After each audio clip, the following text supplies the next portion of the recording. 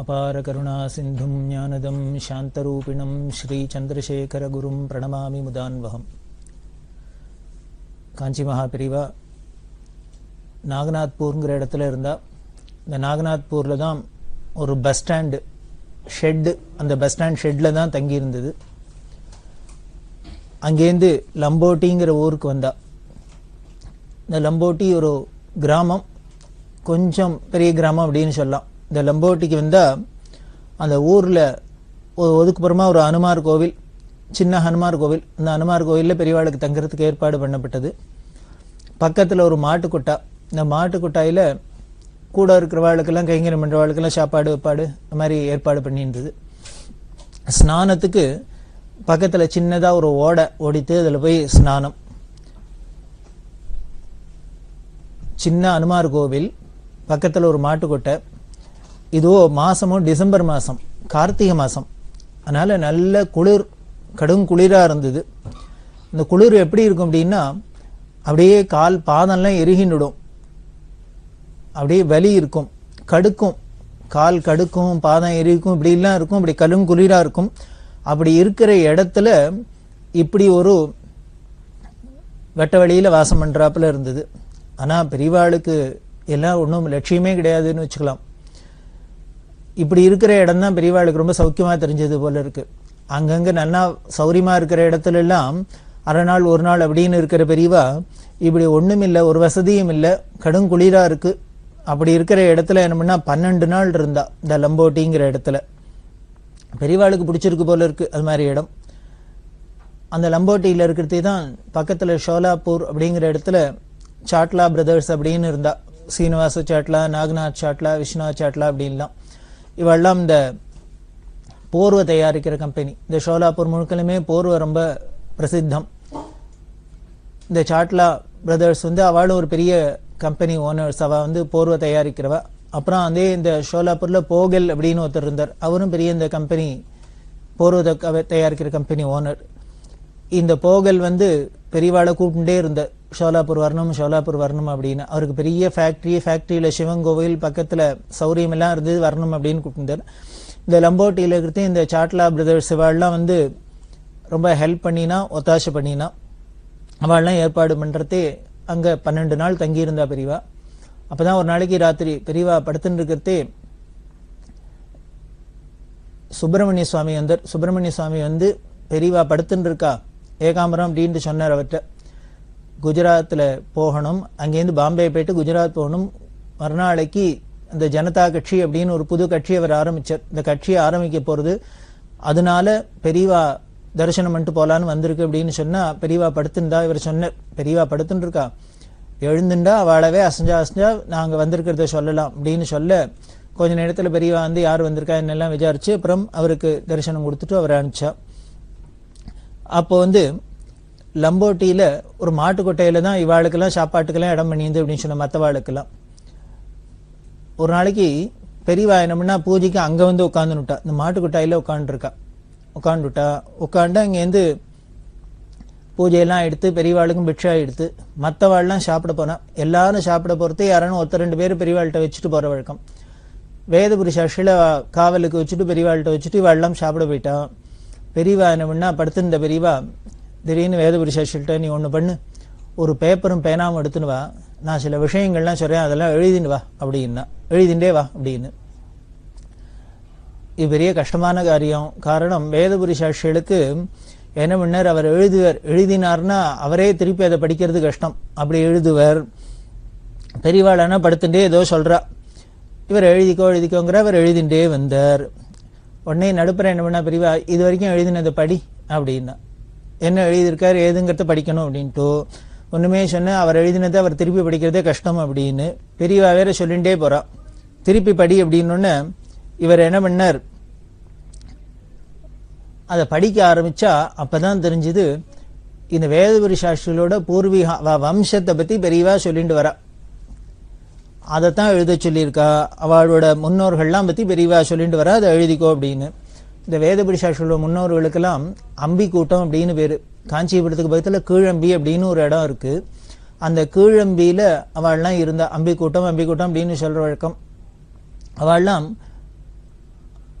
மடத்துக்கு காஞ்சிபுரம் மடத்துக்கு வந்து ரொம்ப கைங்கரியம் பண்ணியிருக்கா. எப்படி வருவாளான்னா அதெல்லாம் பெரியவா சொல்றா. அவ கீழம்பியிலேருந்து, அதாவது காஞ்சிபுரத்துலேருந்து 6-7 கிலோமீட்டர் இருக்கும் கீழம்பி. இந்த கீழம்பியிலேருந்து காலங்கர்த்தால எல்லாரும் கிளம்பி வாழலாம், இந்த அம்பியில இருக்கிறவாழலாம் கைங்கரியத்துக்கு வருவா மடத்துக்கு.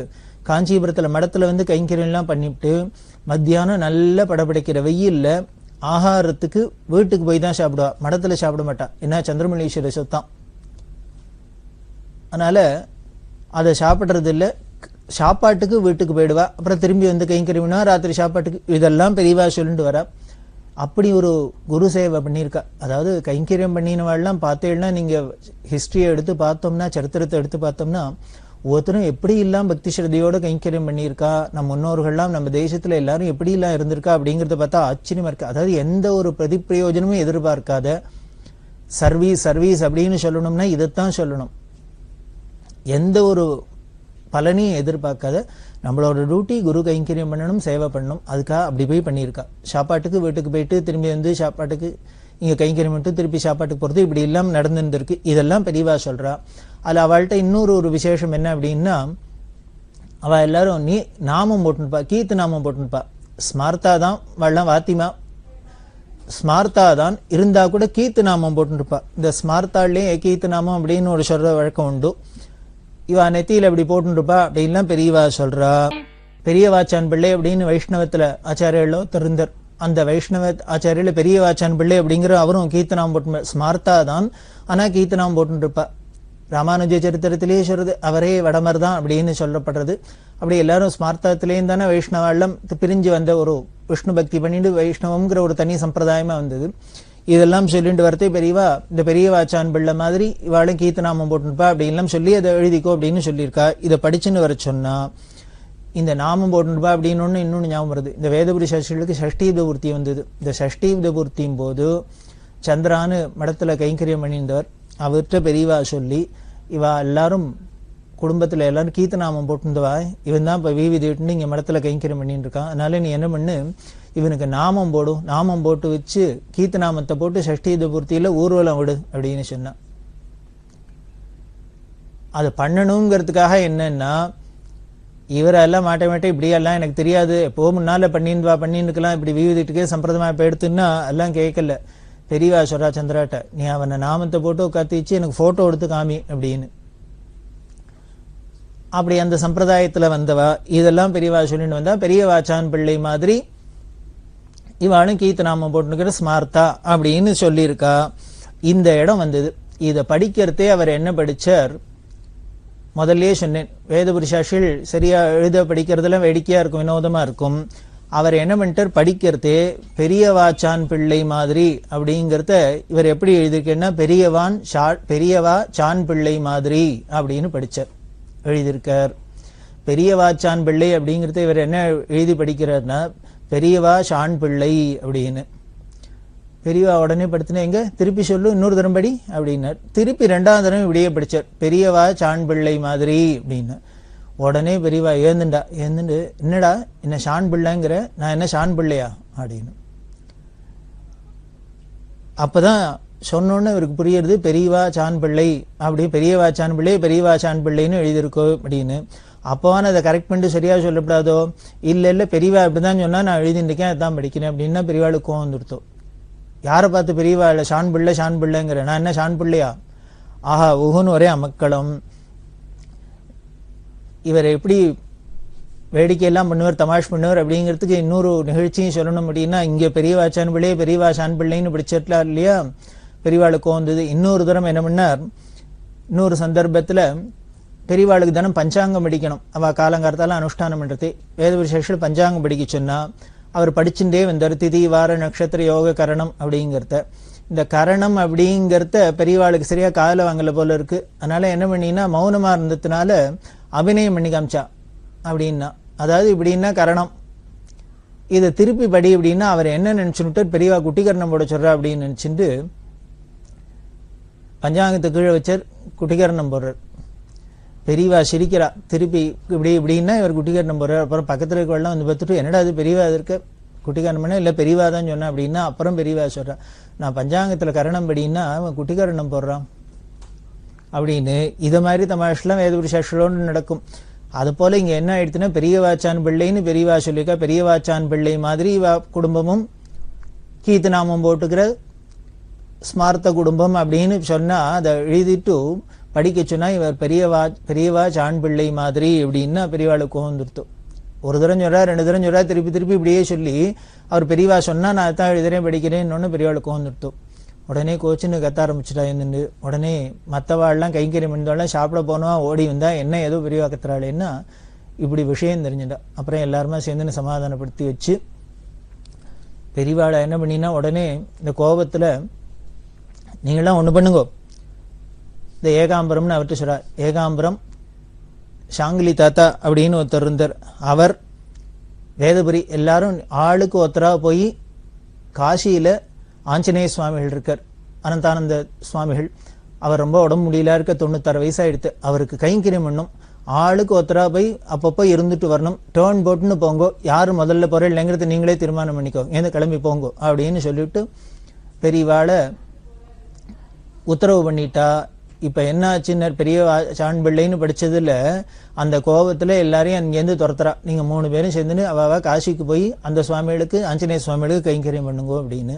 ஞானிகள் எந்த காரியம் பண்ணினாலும் பேசினாலும் எதுக்கும் சம்பந்தம் இல்லாத இருக்கிறாப்புல தோணும் நமக்கு. ஆனா உள்ளுக்குள்ள அதுக்குள்ள ஒரு லிங்க் இருந்துட்டே இருக்கும்.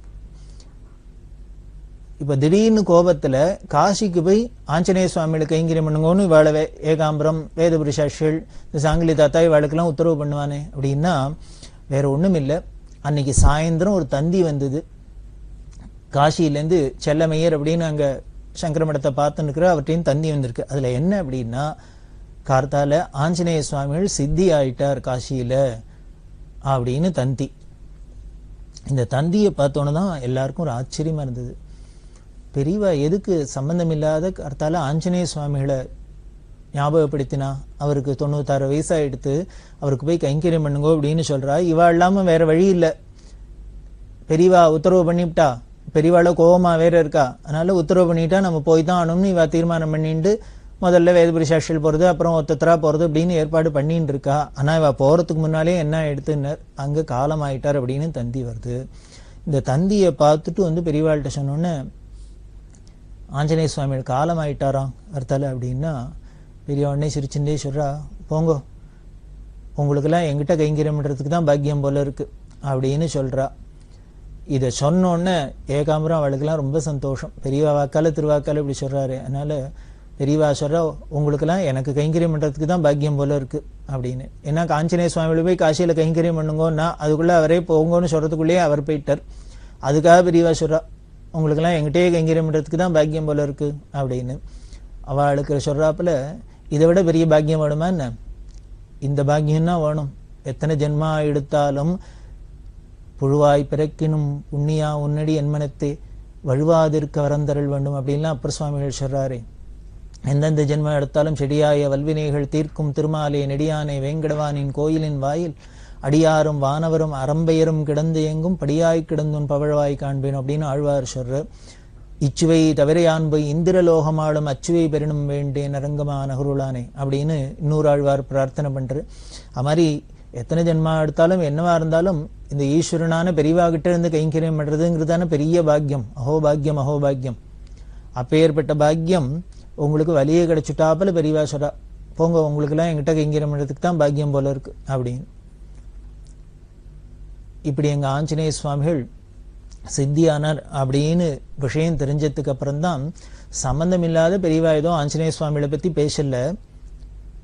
ஏன் இப்படி பெரியவா இத்தனை கோபத்துக்கு நடுப்பறையும் கத்துறதையும் ஆஞ்சநேய சுவாமிகளை பத்தி சொல்ற அப்படின்னா வேற ஒண்ணும் இல்லை. அந்திம கால ஸ்மரணையில ஆஞ்சநேய சுவாமிகள் நிச்சயம் பெரியவாளை நினைச்சிருப்பார். அவர் நினைச்சிருப்பார், ஸ்மரிச்சிருப்பார் அப்படிங்கிறதுக்கு அக்னாலஜ்மெண்ட் மாதிரி பெரியவா இங்க லம்போட்டியில உட்கார்ந்துட்டு அவரை நினைக்கிறா. அதுதான் ஈஸ்வரன்கிறதுக்கு சாட்சி. பகவான் கீதையில சொல்றாரோ இல்லையோ, அந்த அந்திம ஸ்மரணையில அந்திம காலத்துல என்ன ஸ்மரணையோட போறோமோ அதோட நாம அதுவா கிடைக்கிறது ஜென்மா அப்படின்னா அதுக்கு தான் பகவத் ஸ்மரணையோட போகணும் அப்படின்லாம் சொல்லப்படுறது சாஸ்திரம். ஆஞ்சநேய சுவாமிகள் அப்படி படித்த பக்தர், தபஸ்வி. அதனால அவருக்கு பெரியவா ஸ்மரணையோட தான் அவர் பிரிஞ்சிருக்கு அவரோட ஆவி அப்படிங்கிறதுக்கு என்ன சாட்சியினர். எங்கேயோ லம்போட்டியில உட்கார்ந்த பெரியவா சம்பந்தம் இல்லாத பேச்சுங்க நடுப்புற ஆஞ்சநேய சுவாமிகளை பத்தி ஞாபகப்படுத்தி அவருக்கு போய் கைங்கரியம் பண்ணுங்கோ அப்படின்னு சொல்றா அப்படின்னா இதுலேருந்தே தெரியுது.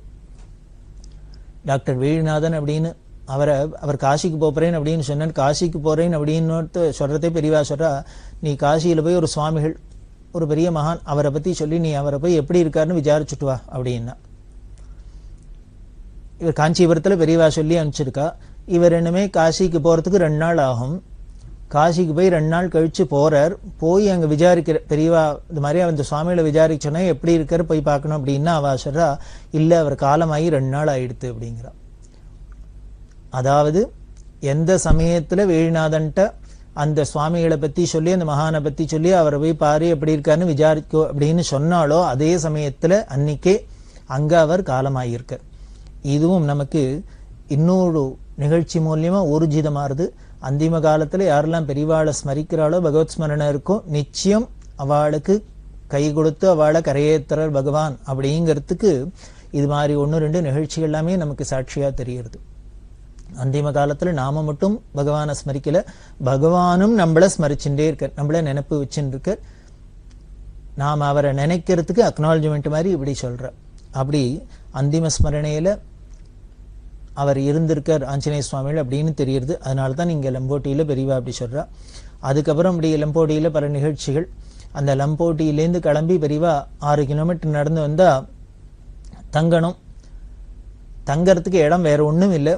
ஒரு ரோட் சைட்ல ஒரு செருப்பு தைக்கிறவர் அவரோட சின்ன குடிசை ஒண்ணும், அந்த குடிசையை காலி பண்ண தர சொல்லி அதுல பெரியவா தங்கியிருந்தா. அந்த ஊருக்கு பேர் பிரஹ்லாத நாகுமரே பஸ்தி அப்படின்னு அந்த ஊருக்கு பேரு.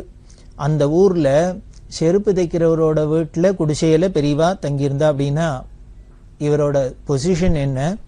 காஞ்சி காமகோடி சர்வஜ்ஞ பீடாதிபதி ஜெகத்குரு சங்கராச்சாரியார் அப்பேற்பட்டவர் எப்படி போய் தங்குறார் அப்படின்னார்.